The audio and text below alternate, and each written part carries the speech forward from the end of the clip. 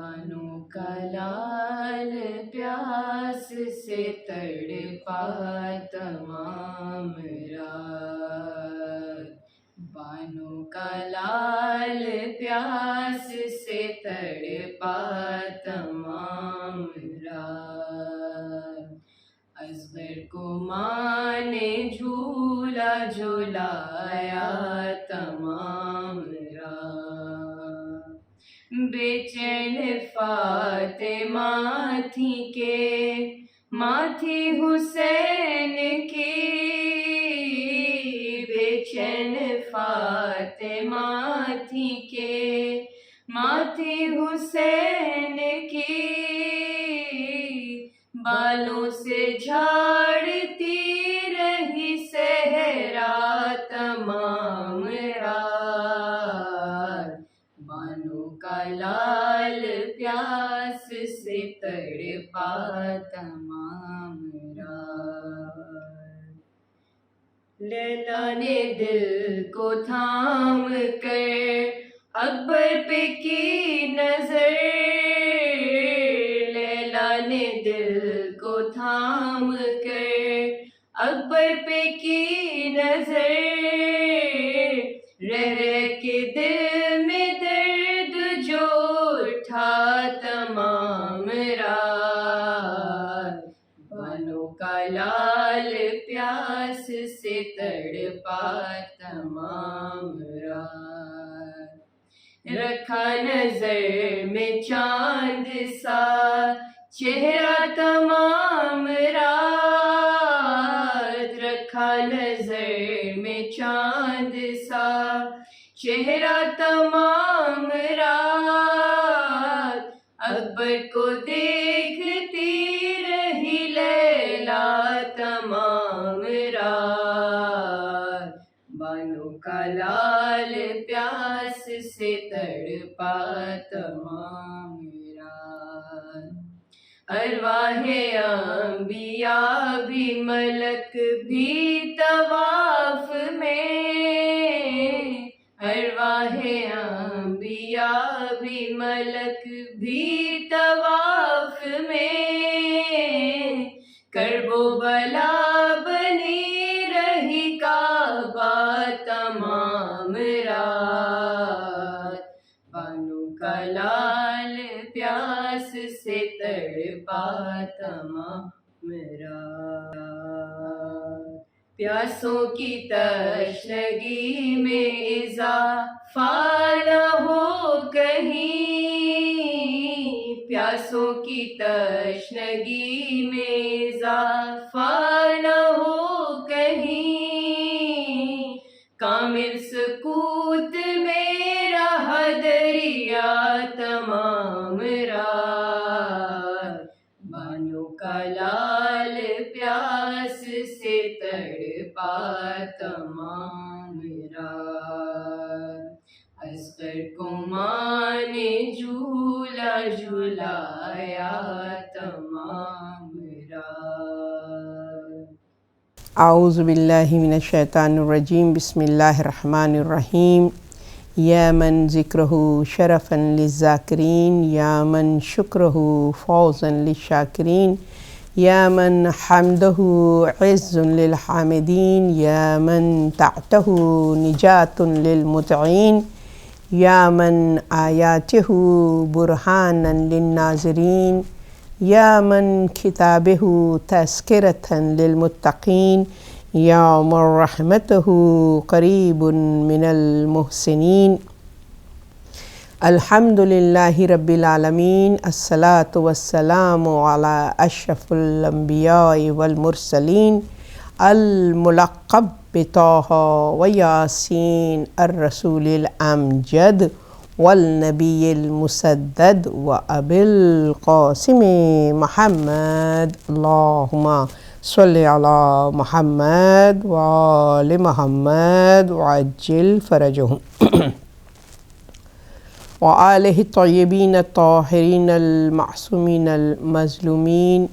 رب اشرح لی صدری ویسر لی امری واحلل عقدۃ من لسانی یفقہوا قولی،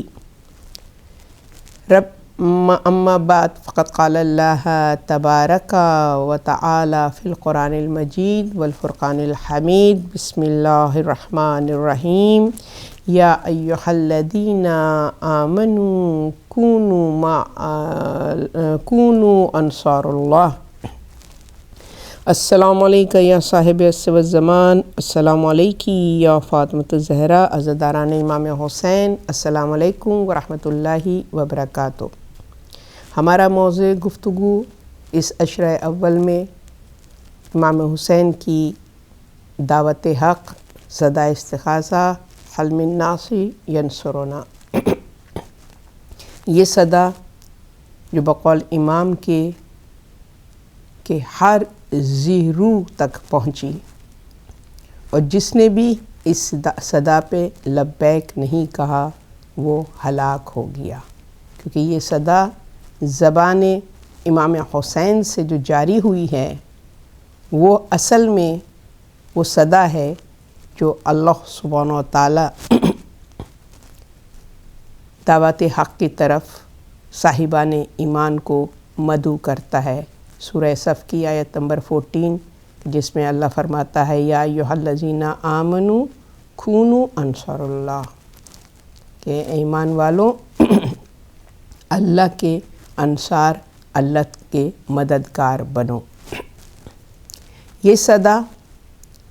کہ جو ہر کان نے سنی، مگر بعض افراد کے جنہوں نے اس کو گوش گزار کیا، اور بعض افراد کے جن کے کان سے ٹکرا کے واپس چلی گئی۔ ہماری یہ صحیح اور کوشش اور آرزو ہے کہ اس صدا کی بازگشت آج بھی موجود ہے، آج کی بھی ضرورت ہے، لہٰذا ہمارا شمار ان افراد میں ہو کہ جو اس صدا کو گوش گزار کریں اور یہ سعادت حاصل کریں کہ اس صدا استغاثہ پر لبیک کہہ سکیں، خلوص نیت کے ساتھ، استقامت کے ساتھ، جذبے کے ساتھ، ایمان کے ساتھ، امام کے شانہ بشانہ قیام حق کے لیے اپنی مدد پیش کریں۔ میں سوچتا ہوں کہ حق کس طرح ادا ہوگا، میں سوچتا ہوں کہ حق کس طرح ادا ہوگا، غم حسین زیادہ ہے زندگی کم ہے۔ اللہ سبحانہ و تعالیٰ ہمیں ایک بار پھر یہ موقع فراہم کر رہا ہے کہ ان ایام عزا میں متوجہ ہو کر اپنی کردار سازی کر سکیں، اپنا تزکیہ کر سکیں، اپنے آپ کو اللہ کے انصار کی صورت میں شمار کرنے کی سعادت حاصل کر سکیں۔ اس کے لیے ضروری ہے کہ ہمیں ان تمام عوامل کی طرف متوجہ ہونا پڑے گا کہ جو ہمیں اس سعادت کے قابل بنا سکیں۔ مسلسل گفتگو میں ہم مختلف نکات آپ کے ساتھ شیئر کر رہے ہیں کہ جو ہمارے اندر شعور اور آگہی پیدا کریں، ہم کو موٹیویٹ کریں، ہم اپنا تجزیہ کریں اور اپنی کجیوں کی طرف، اپنی کمیوں کی طرف، اپنی کوتاہیوں کی طرف متوجہ ہوں، کیونکہ جب تک انسان کو یہ خوش فہمی رہے کہ وہ جس طریقے سے زندگی گزار رہا ہے وہ بہترین طریقہ زندگی ہے اور اس کا انجام بخیر ہوگا۔ گزشتہ گفتگو میں ہم نے عاقبت اندیشی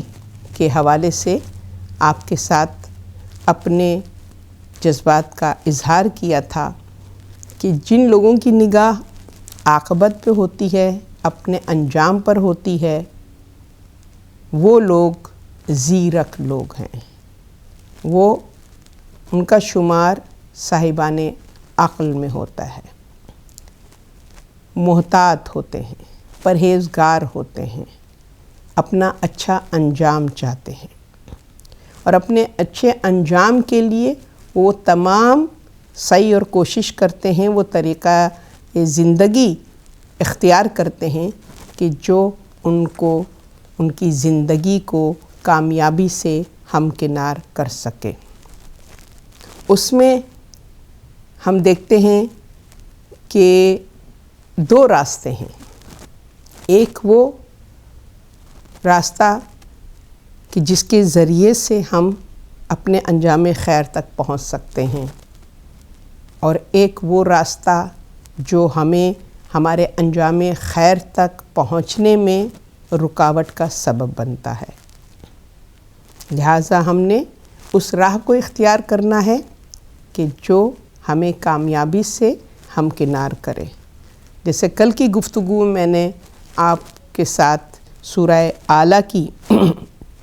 آیات 14، 15، 16 اور 17 شیئر کی تھیں کہ جس میں اللہ سبحانہ و تعالیٰ ایک خوشخبری دے رہا ہے، قد افلح من تزکا، یقیناً وہ کامیاب ہوا جس نے اپنے آپ کو شرک سے پاک کر دیا۔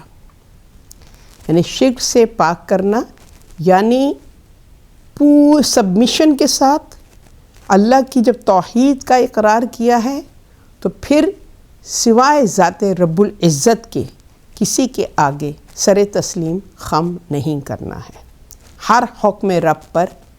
ہم نے ہر حکم رب کو قبول کرنا ہے۔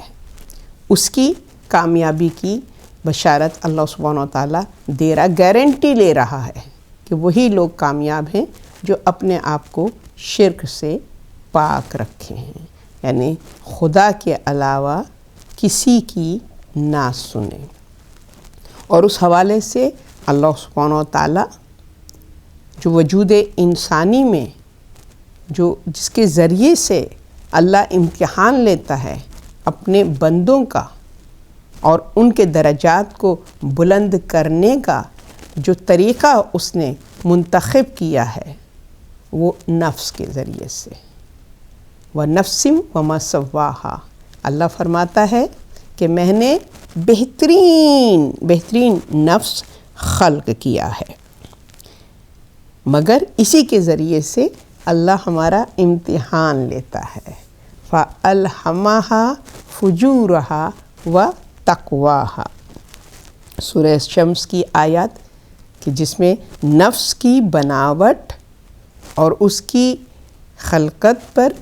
اللہ اس کی قسم کھا رہا ہے، گواہی دے رہا ہے،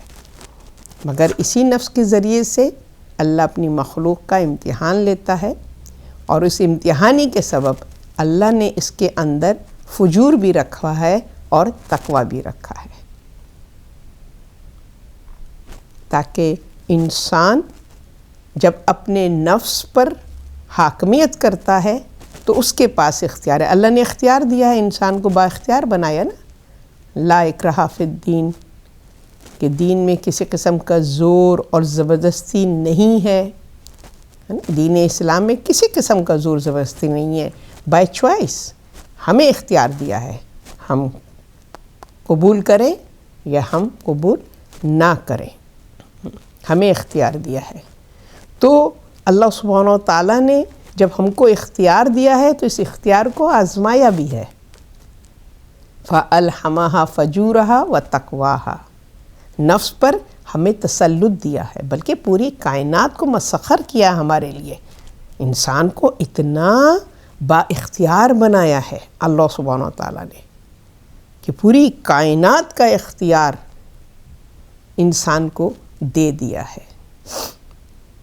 سورج کی روشنی سے کس طریقے سے تم استفادہ حاصل کر سکتے ہو، چاند کی ٹھنڈک کو کس طریقے سے اپنے لیے مفید بنا سکتے ہو، شب و روز، لیل و نہار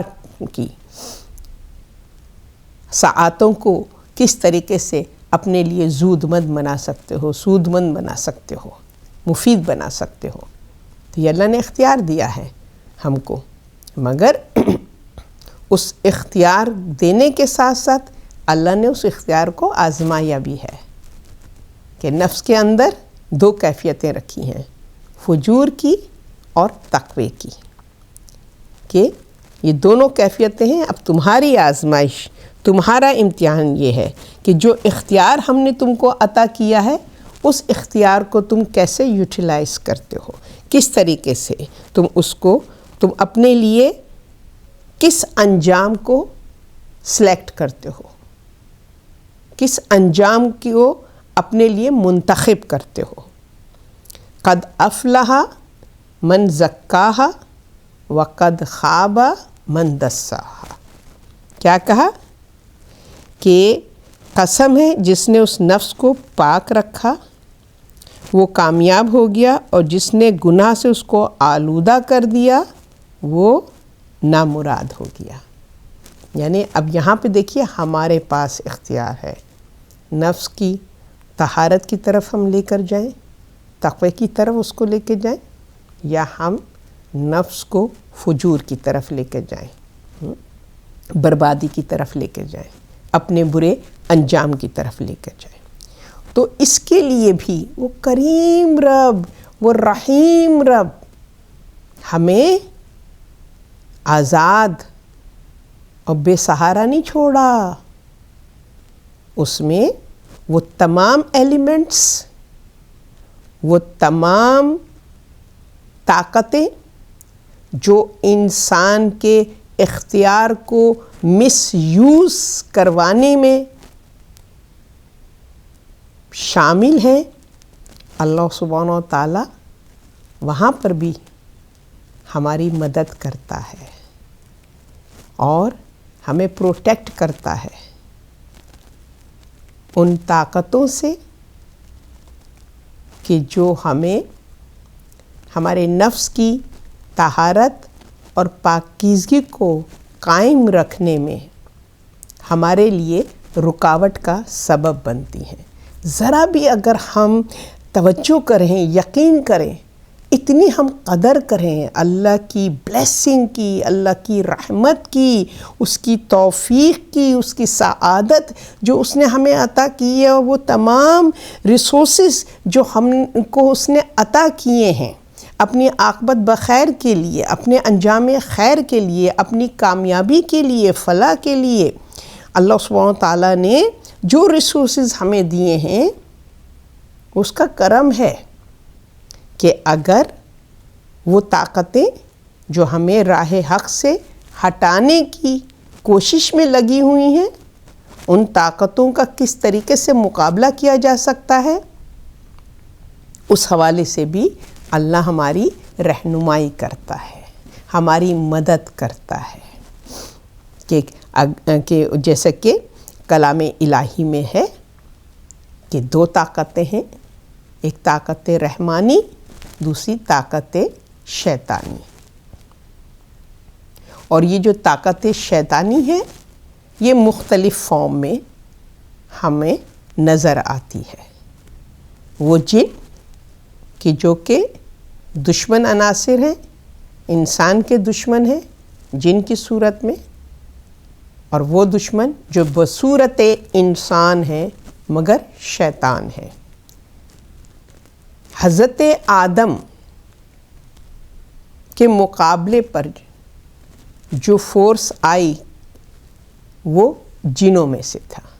ابلیس جن تھا، وہ شیطان جن میں سے تھا،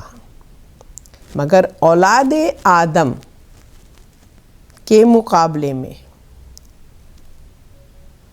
جو قوت، شیطانی قوت، وہ جنوں کی بھی ہے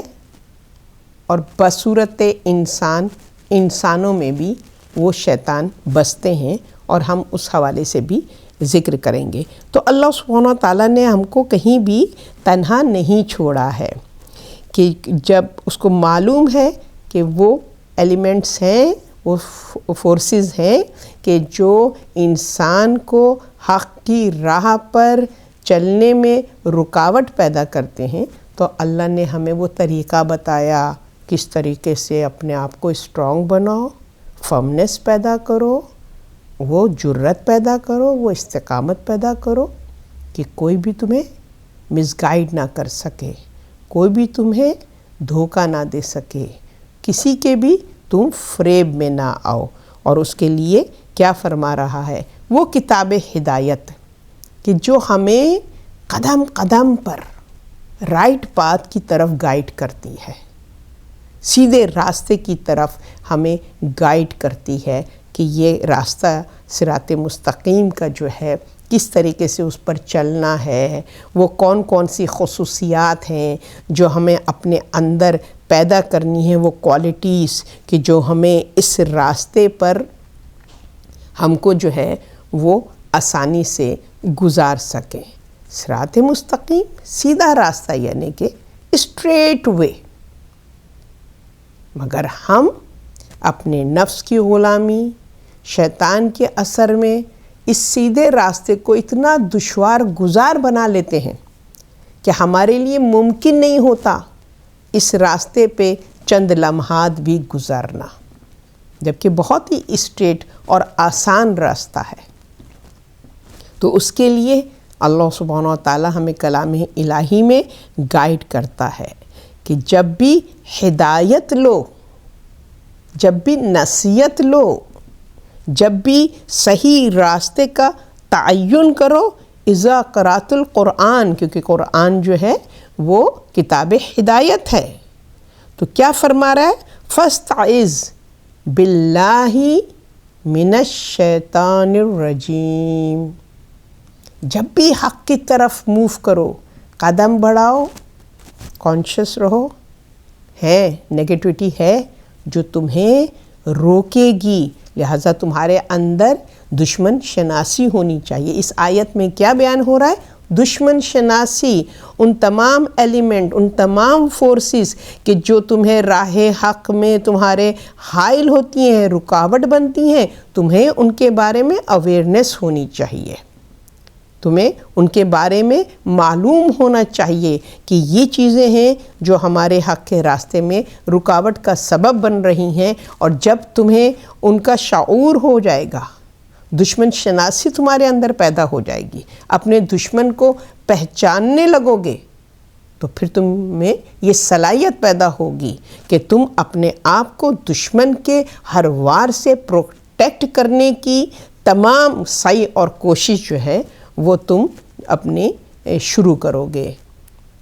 تاکہ دشمن تم پر حملہ نہ کر سکے۔ تو اس آیت میں اللہ سبحانہ وتعالی ہم کو کس طرف متوجہ کر رہا ہے؟ صراط مستقیم پر فارملی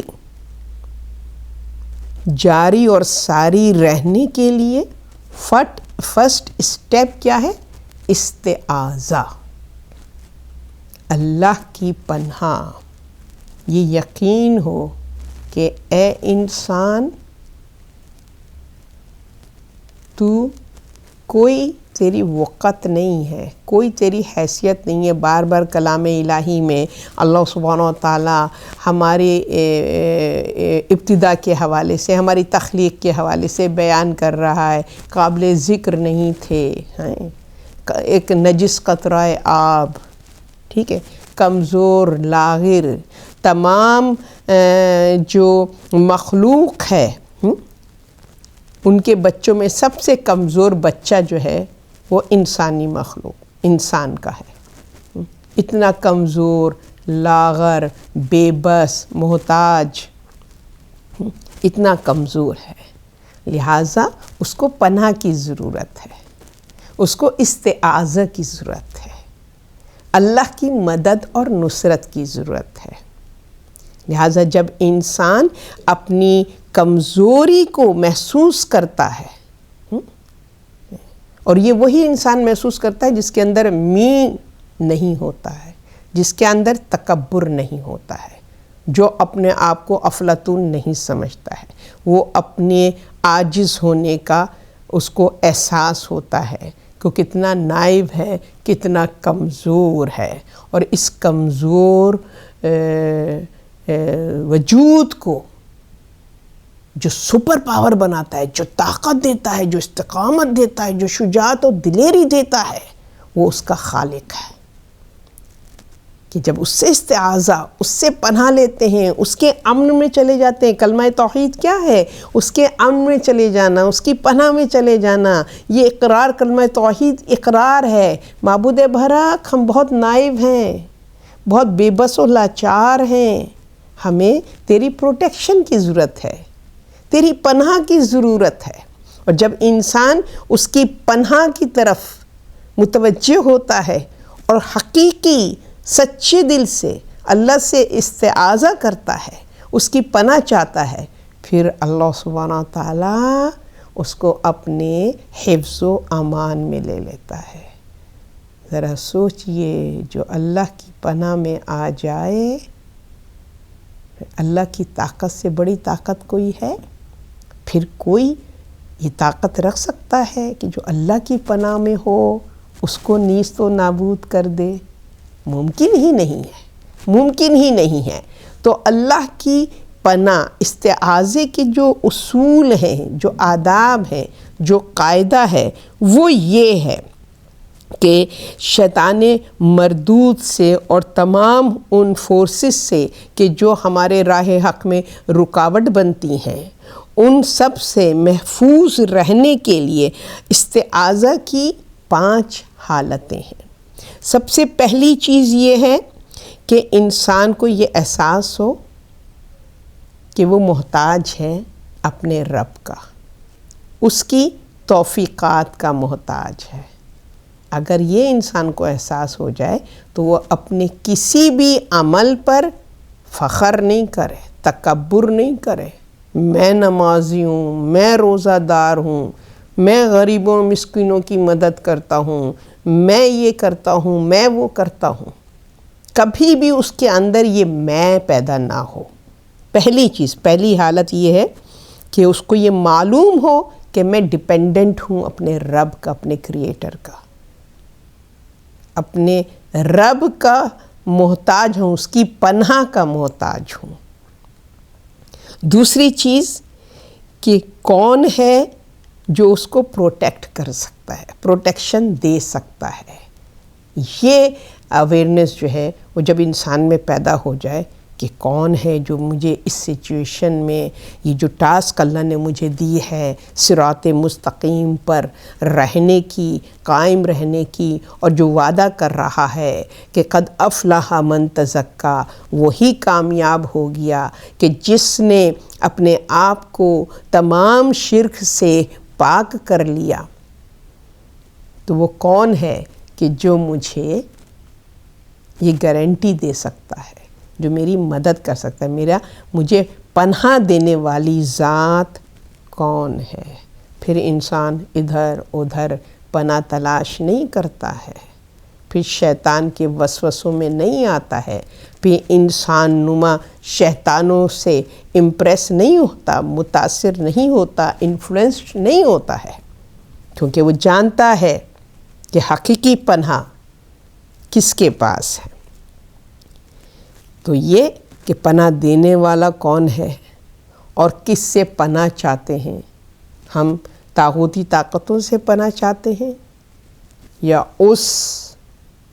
طاقت سے پناہ چاہتے ہیں جو اللہ کل شیء قدیر ہے؟ تمام طاقتیں جس کی ذات سے منسوب ہیں، عین قوی۔ اور پھر چوتھی چیز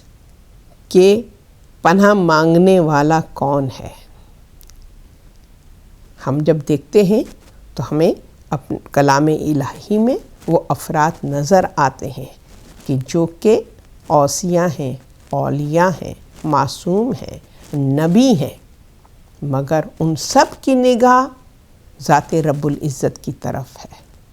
اور وہ اپنے رب سے استعاذہ کرتے ہیں، پناہ چاہتے ہیں، اپنے مشن کو کامیاب بنانے کے لیے اللہ کی مدد اور اس کی نصرت کے خواہ ہوتے ہیں، امیدوار ہوتے ہیں اس کی طرف۔ اور پھر جب اللہ ان کو اپنی پناہ میں لے لیتا ہے تو پھر یہ کہ پانچویں جو آخری چیز ہے کہ کس چیز کے لیے یہ پناہ ڈھونڈ رہا ہے، جو استعاذہ کر رہا ہے، وہ پناہ کاہے کے لیے مانگ رہا ہے؟ دنیاوی راحت کے لیے، دنیاوی کمفرٹ کے لیے، ٹمپریری خوشی کے لیے، یا فار ایور نعمتوں کے حصول کے لیے وہ پناہ مانگ رہا ہے؟ تو یہ وہ پوائنٹس ہیں کہ جس کی طرف ہمیں توجہ دینے کی ضرورت ہے کہ جب ہمارے اندر یہ شعور اور آگہی پیدا ہو جائے حق کا راستہ کون سا ہے، اور اس حق کے راستے پر چلنے کے لیے ہمیں توفیقات کی ضرورت ہے، ہمیں ان گٹس کی ضرورت ہے، ان کوالٹیز کی ضرورت ہے کہ جو ہمیں اس صراط پر صحیح معنوں میں چلاتے ہوئے ہمارے انجام کو بخیر کر سکیں، ہم کامیابی میں ہمکنار ہو سکیں۔ تو اس کے لیے پھر انسان جو ہے اس کے اندر دشمن شناسی پیدا ہوتی ہے۔ پھر جب دشمن شناسی پیدا ہوتی ہے اور وہ اللہ کی قدرت کی طرف نگاہ کرتا ہے اور جان جاتا ہے کہ کوئی اس کا ساتھی اور مونس و مددگار نہیں ہے سوائے ذات رب العزت کے، تو پھر وہ جو ہے وہ پھر اللہ سے جب مدد طلب کرتا ہے تو پھر اللہ اس کو وہ ول پاور دے دیتا ہے کہ تمام طاقتیں سرنگوں ہو جاتی ہیں اور وہ اپنے نفس پر حاکمیت کرتا ہے۔ اور جب انسان اپنے نفس کا حاکم بن جاتا ہے، وہ نفس کہ جس میں دونوں کیفیتیں ہیں، تقویٰ بھی ہے اور فجور بھی ہے، جب انسان اپنے نفس پر قابو پاتا ہے تو وہ اس فجور کی گردن مروڑ دیتا ہے، اپنے نفس کو فجور سے پاک کر لیتا ہے۔ اور جب وہ فجور سے پاک کرتا ہے تو وہ نفس اتنا پیوریفائی ہو جاتا ہے، اتنا پاک اور طیب ہو جاتا ہے، جو بھی حاکم ہوتا ہے اپنے نفس کا وہ اتنا پاک نفس ہو جاتا ہے کہ نگاہ قدرت میں اس نفس کی بڑی ویلیو ہوتی ہے، بڑی قدر ہوتی ہے، اور اللہ سبحانہ وتعالیٰ اس نفس کو خریدنا چاہتا ہے۔ وَمِنَ النَّاسِ مَن يَشْرِي نَفْسَهُ ابْتِغَاءَ مَرْضَاتِ اللَّهِ وَاللَّهُ رَءُوفٌ بِالْعِبَادِ کہ یہ وہ لوگ ہیں جو اپنے نفسوں کو بیچ دیتے ہیں رضائے رب کے لیے، یعنی کیا کہ اپنے نفس پر حاکمیت کر کے اس سے فجور کو نکال دیتے ہیں، تو پھر وہ نفس قابل تجارت ہو جاتا ہے۔ اور جس نفس کو رب خرید لے وہ وجود نفس اللہ کہلاتا ہے، جو ہمارے اور آپ کے امام مولا کائنات کو یہ لقب ملا ہے، نفس رسول کا بھی لقب ملا ہے، نفس اللہ کا بھی لقب ملا ہے، کہ جنہوں نے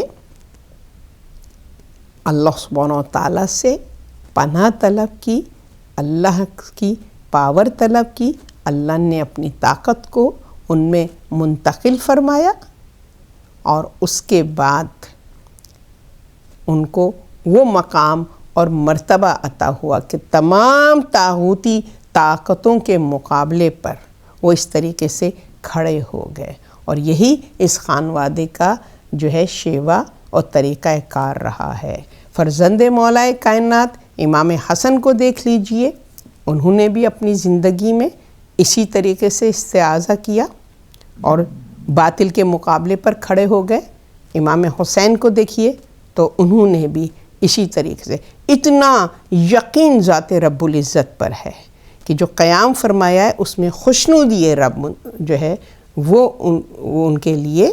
زیادہ اہم ہے اور مخصوص ہے، اور جو ہمیں ان کی دعاؤں میں ملتا ہے کہ جب آپ نے قیام کا ارادہ کیا تو اللہ سبحانہ و تعالیٰ سے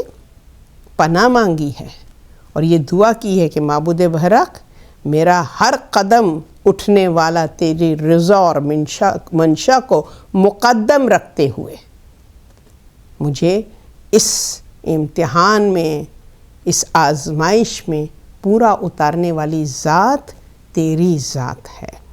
اور پھر ہم نے دیکھا کہ اس یقین کے ساتھ امام نے اپنے سفر کو جاری کیا، اور اس سفر حق میں یہ نہیں کہ خود صرف کامیابی اپنے لیے مخصوص کر لی کہ بس میں خوشنودی رب میں اپنی جان کو قربان کروں، بلکہ تمام انسانیت کو دعوت دی، حل من ناصر ینصرنا،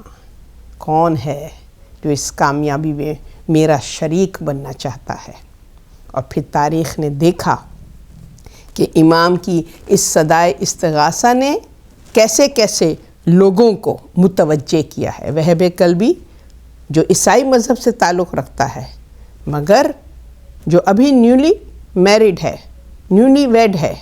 اپنی زوجہ کو لے کر اپنے گھر جا رہا ہے، بارات واپس جا رہی ہے، مگر امام کی اس آواز کو اس نے گوش گزار کیا اور اس کے دل پر اثر ہوا اور اس نے اپنے راستے کو روکا، بدلا اور امام کے شانہ بشانہ امام کی صف میں داخل ہوا اور جام شہادت نوش کیا اور اپنے انجام کو بخیر کیا۔ اسی طریقے سے ایک اور ہستی ہمیں ملتی ہے کہ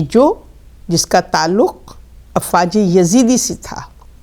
حر ابن یزید ریاحی، جس کو بھیجا گیا تھا، ابن زیاد نے بھیجا تھا امام کو روکنے کے لیے۔ اور جب حر ریاحی آیا ہے اس مقام پر کہ جہاں امام سے اس کی ملاقات ہوئی ہے، تو امام نے ہر ایک کو دعوت حق دی، ہر ایک کو دعوت حق دی، مگر ہمیں تاریخ میں ملتا ہے کہ اس وقت حر ریاحی اپنے حاکم کے حکم کی تعمیل میں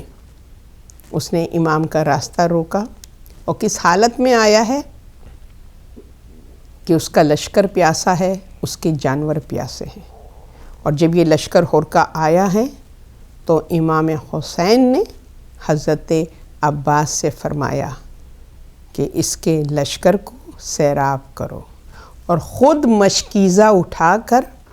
حر کے پاس لے کر گئے کہ تشنگی کی وجہ سے جس کی زبان منہ سے باہر آئی ہوئی تھی، اور امام نے اپنے ہاتھوں سے اس کو سیراب کیا۔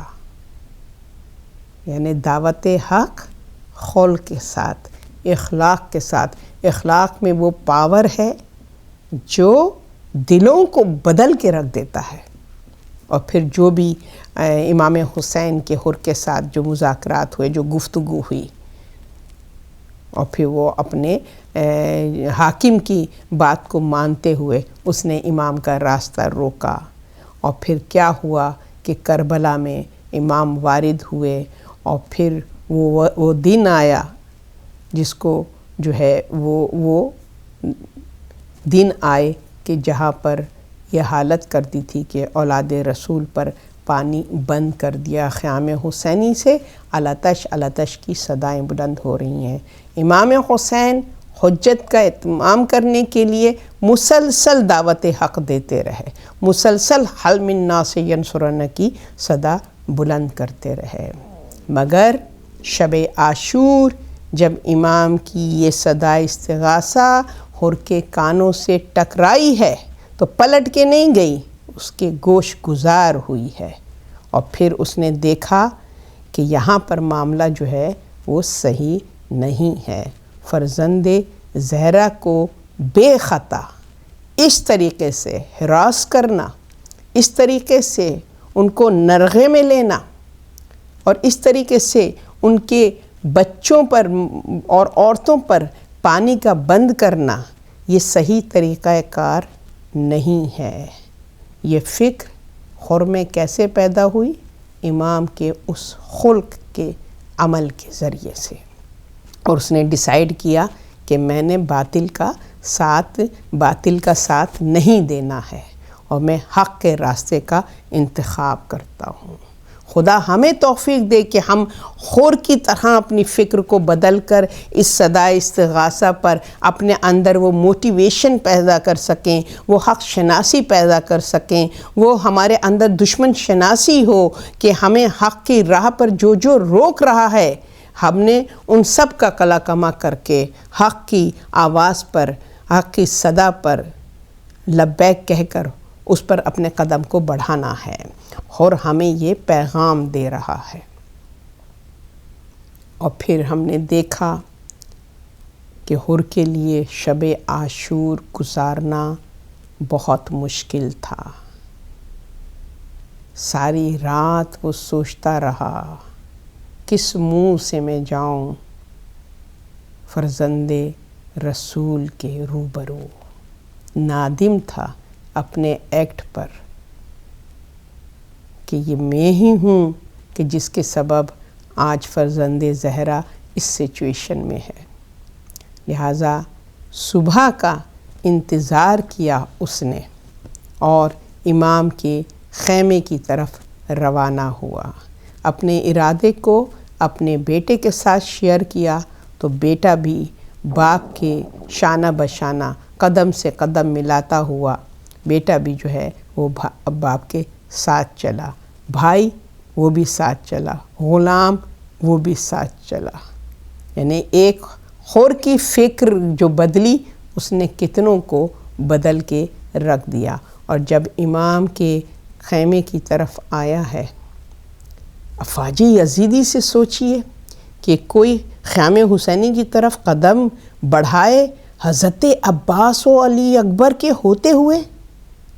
حضرت عباس کو جلال آ گیا، کس میں یہ جرت ہے کہ پیچھے سے مظلوم کربلا نے اپنے بھائی عباس کے شانے پر ہاتھ رکھ کے فرمایا، اے عباس یہ میرا خاص مہمان ہے، احترام کے ساتھ اس کا استقبال کرو۔ حضرت عباس آگے بڑھے حکم امام کی تعمیل میں، اور اور کچھ اس طریقے سے امام مظلوم کے حضور پیش ہوا کہ ہاتھ اس کے بندھے ہوئے تھے، معافی کا طلبگار تھا، گھوڑے سے اترا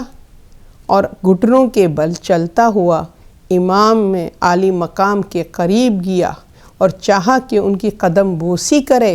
کہ امام نے اس کے شانوں پر ہاتھ رکھ کے اس کو اٹھایا اور اپنے سینے سے لگایا اور کہا کہ اللہ سبحانہ و تعالیٰ توبہ قبول کرنے والوں کو بہت پسند کرتا ہے، واللہ یحب التوابین۔ سینے سے لگایا۔ حر نے پوچھا، مولا مجھے معاف کر دیا گیا؟ مولا نے فرمایا، بے شک میرے خدا نے، میں نے تم کو معاف کیا، میرے نبی نے تم کو معاف کیا۔ اس نے کہا، میں اس وقت تک اطمینان میں نہیں آؤں گا جب تک آپ مجھے اجازت اذن جہاد نہ دے دیں۔ امام نے کہا، حر ابھی تم ہمارے مہمان ہو، ہماری اولاد زندہ ہے، اس کے ہوتے ہوئے ہم کیسے تمہیں اذن جہاد دے دیں؟ حر نے کہا، مولا میری خطا بہت بڑی تھی، لہٰذا مولا نے اجازت دی۔ تو حر نے سب سے پہلے اپنے فرزند کو مقتل میں بھیجا، اور امام مظلوم نے دیکھا حر کے بیٹے نے جنگ کی مگر گھوڑے پر سنبھل نہ سکا اور شہید ہو گیا۔ اور جب وہ گھوڑے سے گر رہا تھا تو اس نے اپنے بابا کو صدا دی، تو روایتوں میں ہے کہ اس کی صدا پر حر سے پہلے مظلوم کربلا گھوڑے پر سوار ہو کے پسر حر کے لاشے پر پہنچے۔ اس سے پہلے کہ حر پہنچتے امام حسین پہنچے اور حر اور پسر حر کے لاشے کے درمیان کھڑے ہوئے اور کہا کہ بہت مشکل اور کٹھن ہوتا ہے جوان بیٹے کو ضعیف باپ اپنی آنکھوں سے ایڑیاں رگڑتے ہوئے دیکھے، لہٰذا مظلوم امام نے گھوڑے کی پشت پر بیٹھے بیٹھے پسر حر کے لاشے کو اٹھایا اور خیام کی طرف روانہ ہوئے۔ میرا دل کہتا ہے، حر آپ کتنے خوش قسمت ہیں کہ مظلوم امام نے آپ کو اس مصیبت سے بچا لیا کہ جوان بیٹے کو ایڑیاں رگڑتے ہوئے دیکھے، مگر افسوس فرزند زہرا جو کہ وقت عصر جب حسین نے اپنے جواں بیٹے علی اکبر کو اذن جہاد دیا ہے، اور مظلوم علی اکبر جبکہ اس حالت میں ہے کہ ایڑیاں رگڑ رہے ہیں اور بابا کو سلام آخر کیا ہے، اور امام علی اکبر کی آواز پر اس مقام پر جانے کی کوشش کر رہے ہیں تو صدا دیتے ہیں، اے حر کہاں ہو، جواں بیٹا بلا رہا ہے، ضعیف باپ کی آنکھوں میں اندھیرا ہے، ارض کربلا نظر نہیں آتی، میرا بیٹا کہاں ایڑیاں رگڑ رہا ہے۔ علی لعنت اللہ وعلی قوم الظالمین، رضا بقضائہ و تسلیما لامرہ۔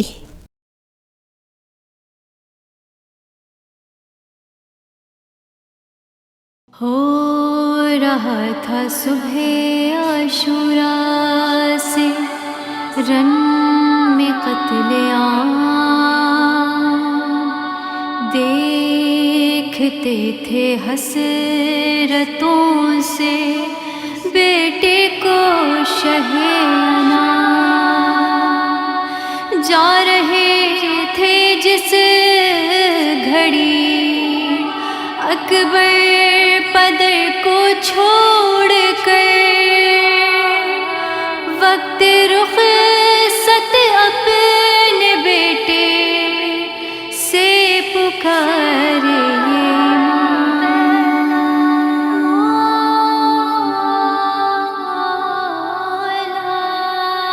دیکھ لو ایک بار مڑ کر اے میرے نوری نظر،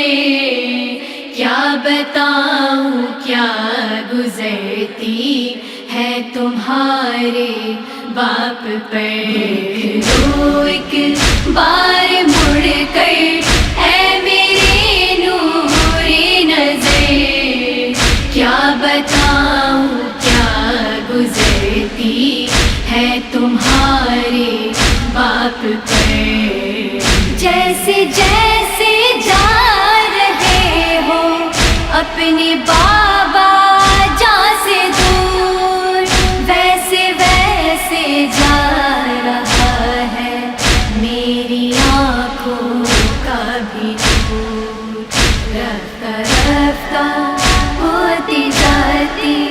ہے میری بوجھل نظر، کیا بتاؤں کیا گزرتی ہے تمہارے باپ پر، دیکھ لو ایک بار مڑ کر اے میری نوری نظر، کیا بتاؤں کیا گزرتی ہے تمہارے باپ پر، بولے آگے شہ سے اکبر جانستا ہے تشنگی، پیاس کی شدت سے بابا جان جاتی ہے میری، دیکھ کر بیٹے کو اپنے بولے شاہ بہروبر، کیا بتاؤں کیا گزرتی ہے تمہارے باپ پر، دیکھ لو ایک بار مڑ کر اے میری نوری نظر، کیا بتاؤں کیا گزرتی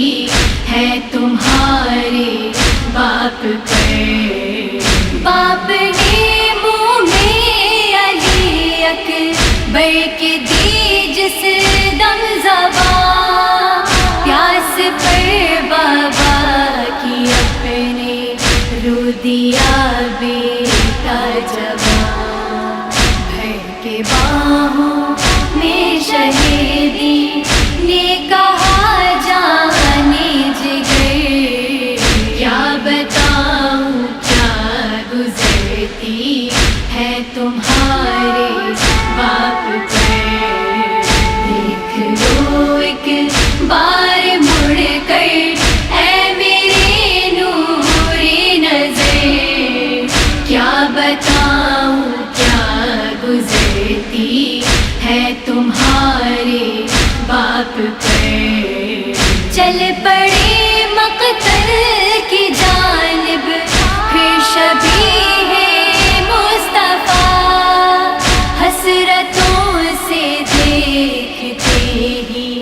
رہ گئے شاہ ہدا، آئی اکبر کی صدا پھر جلد لو بابا خبر، کیا بتاؤں کیا گزرتی ہے تمہارے باپ پر، دیکھ لو ایک بار مڑ کر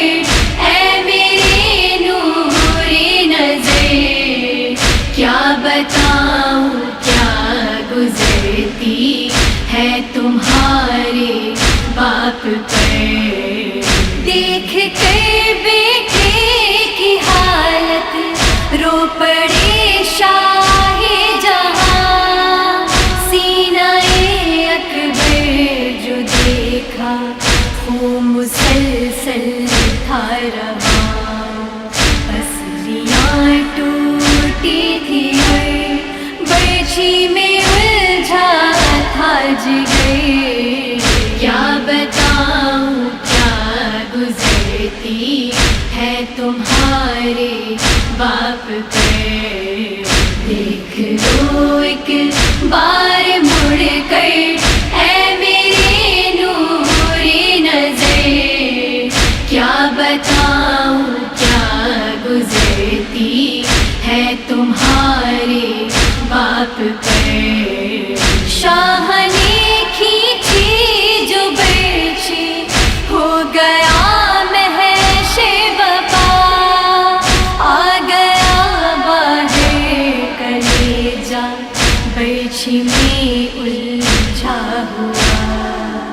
شہر اکبر سے کہا جاتے ہو تم بھی چھوڑ کر، کیا بتاؤں کیا گزرتی ہے تمہارے باپ پر، دیکھ لو ایک بار مڑ کر اے میرے نور نظر، کیا بتاؤں کیا گزرتی ہے تمہارے باپ پر، ثانیہ محمدیہ پڑھتی ہے جب یہ کلام، روتے ہیں توقیر کے نوحے پہ پھر شاہ انام، کہتے ہیں شہر یہ تڑپ کر اے میرے لگتے جگر، کیا بتاؤں کیا گزرتی ہے تمہارے باپ پر، دیکھ لو ایک بار مڑ کر اے میرے نور نظر، کیا بتاؤں کیا گزرتی ہے تمہارے باپ پر، کیا بتاؤں کیا گزرتی ہے تمہارے باپ پر۔